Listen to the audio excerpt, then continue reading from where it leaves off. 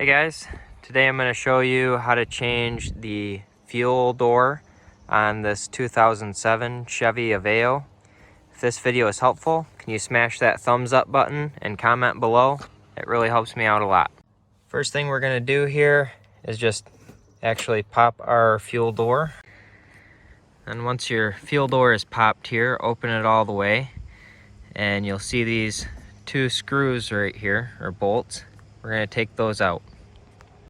Alright, so now we've got it off, and you can see right in this slot here that it's basically just one of those snap-in plugs. So we're going to take this flathead screwdriver, stick it in there, and kind of try to pinch that together and work this tab out, and then we'll have our door off.